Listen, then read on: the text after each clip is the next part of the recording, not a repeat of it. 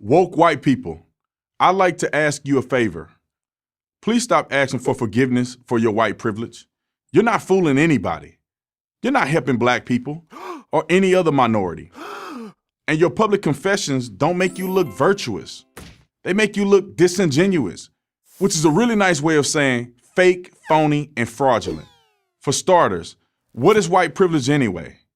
Because you're born with white skin, you have all these advantages that I don't have? Like what?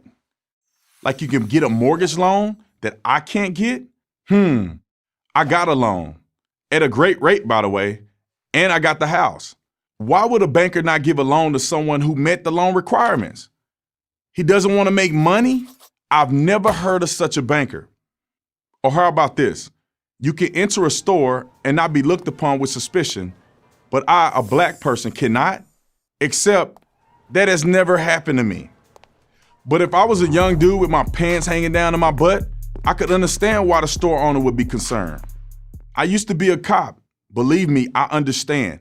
If I owned a store, I'd be tracking that kid too, whether he was black, white, or anything else. Or what if I had a store that had a history of being shoplifted by young black women, and a young black woman with a bad attitude walked in? Would I be suspicious? Yeah, I would. Who wouldn't? I call that common sense, not bigotry. But there's another way of looking at this. In many ways, in today's America, blacks have more privilege than whites.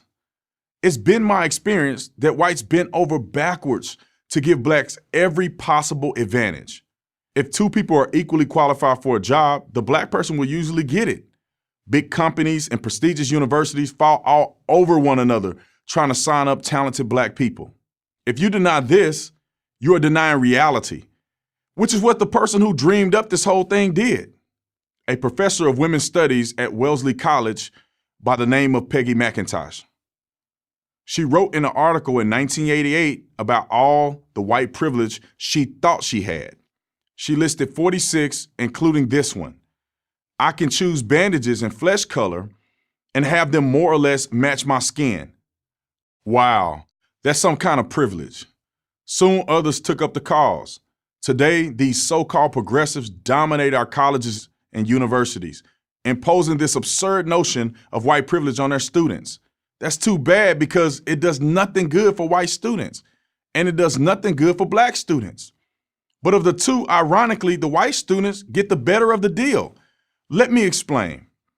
To acknowledge your white privilege is supposed to make you feel bad. Only it doesn't. It makes you feel good because by acknowledging your white privilege, you're declaring yourself to be enlightened. And as a virtue bonus, it also makes you a better person than those whites who don't acknowledge their privilege. White privilege, which is supposed to make you feel bad, ends up making you feel good. Meanwhile, the real damage is to blacks. What makes whites feel good makes blacks angry. More than 50 years after the civil rights movement, the message is, you're still oppressed. How can this not create a victim mentality? And anyone of any color who sees himself as a victim gets angry. Now, I wouldn't deny for a second that there are privileges in life. They're all over the place. There's two-parent family privilege. That's huge. There's being lucky to be born in America privilege. There's good gene privilege. But white privilege? Doesn't it depend on the person? Let's take this for example. A black lawyer and his wife have a baby, and a meth addict, single white woman has a baby. Which kid has privilege? The white one? Because he's white? Come on now. And here's the kicker. Even if it were true, all those claims about white privilege, so what? Would it change a single thing I did? If white people apologize for being white, is that supposed to help me? In what way? So let's be real. White privilege is an attempt by the left to divide Americans by race. It's all theory and all nonsense. If you want to fall for it, go ahead. It's a free country. But don't try to sell it to me. I'm an American who deal with my fellow Americans one-on-one. Try it. It works. I'm Brandon Tatum for Prager University. Thank you for watching this video.